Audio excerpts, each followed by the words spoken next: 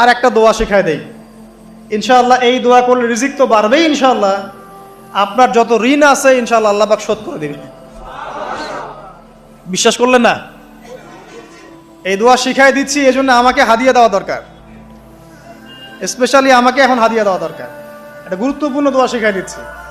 আলী রাদিয়াল্লাহু আনহু বলেছেন, কোন ব্যক্তির যদি পাহাড়ের সমানও ঋণ থাকে, এই দোয়া যদি আমল করে আল্লাহ পাক ওই ঋণও শোধ করে দিবেন ইনশাআল্লাহ। ঋণ কেমন জানেন? ওই যে এখন মানুষ ঋণ নিচ্ছে 1 কোটি টাকা ব্যাংক থেকে, 2 কোটি টাকা ব্যাংক থেকে, হ্যাঁ, কত বছর, 10 বছরের জন্য, 20 বছরের জন্য বাড়ি করছে, তাই না? তার ধারণা এমন যে সে মারা গেলে তার ঋণটা কেউ না কেউ শোধ করে দিবেই দিবে, তাই তো? আর আল্লাহর রসুল কি বলছেন দেখেন, একজন মারা গেছেন, নবী সাল্লাল্লাহু আলাইহি ওয়াসাল্লামের সময় একজন মারা গেছেন।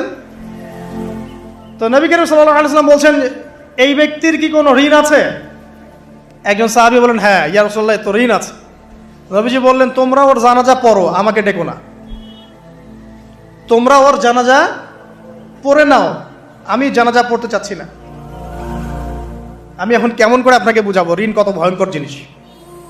আপনি যে ব্যাংক থেকে 3-4 কোটি টাকার লোন নিয়ে রাখছেন, লাখ লাখ টাকা লোন নিয়ে বসে আছেন, দিব্যি সুখে বসে আছেন, এমন চিন্তায় যে আপনার মৌত হবে না। আর নবী সাল্লাল্লাহু আলাইহি ওয়াসাল্লামের সময়ে একজন মারা যাচ্ছেন, তিনি বলছেন তোমরা জানাজা পড়ে নাও, আমি জানাজা পড়তে চাচ্ছি না। মানে ঋণগ্রস্ত ব্যক্তির জানাজাও তিনি পড়তেন না। তারপরে একজন এসে বললেন, ইয়া রাসূলুল্লাহ, আমি তার ঋণ শোধ করে দিব, তার যা ঋণ আছে আমি শোধ করে দিব। তখন নবী এসে জানাজা পড়লেন সাল্লাল্লাহু আলাইহি ওয়াসাল্লাম। তো আপনার এই কোটি কোটি টাকা ঋণ শোধ করার লোক তো রেডি আছে নাকি? আছে না? সমস্যা নেই, আপনার জানাজা পড়া হবে। কারণ হুজুরকে আপনি 5,000 টাকা দিবেন, হুজুর জানাজা পড়াই দিবে, কোনো সমস্যা নেই। তারপরে আপনার মিলাদও হবে, আপনার একটা বড়সড় দোয়াও হবে ইনশাআল্লাহ। কিন্তু আল্লাহ পাক বলেছেন যে শহীদ, আল্লাহর পথে যুদ্ধ করে শহীদ হয়েছে, এই ব্যক্তির আত্মাও ঝুলে থাকে যতক্ষণ পর্যন্ত না তার ঋণটা শোধ করা হয়। এবার বলেন আমি কি বুঝাবো আপনাকে? আর কিছু বলতে হবে? তো এখন সেই দোয়া শিখাচ্ছি আপনাদেরকে, যে দোয়া শিখলে আপনারা ঋণ থেকে বাঁচবেন ইনশাআল্লাহ। কত দিবেন বলেন? আচ্ছা, হ্যাঁ, এই তো শুকরিয়া। দোয়া করবেন যেন আল্লাহ পাকের দিনটাকে আল্লাহর জমিনে প্রতিষ্ঠা করতে পারে।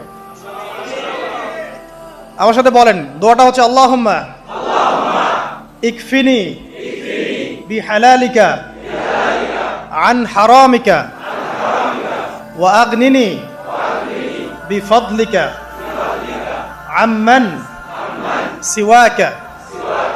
এই দোয়াটা ছোট না, এটা মুখস্থ করবেন, সেজদায় পড়বেন, নামাজের সেজদায় পড়বেন, আত্তাহিয়াতু দরুদ শেষ তারপরে পড়বেন, নামাজ শেষে হাত তুলে করবেন, যখন তখন শেষ রাতটা করবেন, ইনশাআল্লাহ দেখবেন আপনার ঋণ বলতে কিছু থাকবে না ইনশাআল্লাহ।